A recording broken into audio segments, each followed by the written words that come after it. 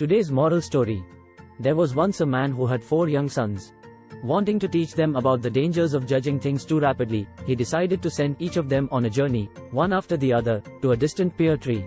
Each son went in a different season, the first in winter, the second in spring, and so on. At the end of the year he brought his children together and asked them what they'd seen. The son who'd traveled in winter described a gnarled, twisted, and barren tree that stood stark and ugly against the land. The son who went in spring disagreed. No, he said, the tree seemed full of hope and promise, with green buds along its branches.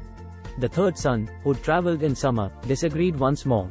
The pear tree he'd seen was covered in beautiful blossom that looked and smelled divine. Finally, the last son, who'd made the journey in fall, disagreed again, describing a tree laden with sweet and delicious pears that tasted better than any he'd eaten before. When each son had spoken, the father said they were all correct, because they'd only seen but one season of the pear tree's life. He explained to his sons that it's foolish and impossible to judge something in this manner.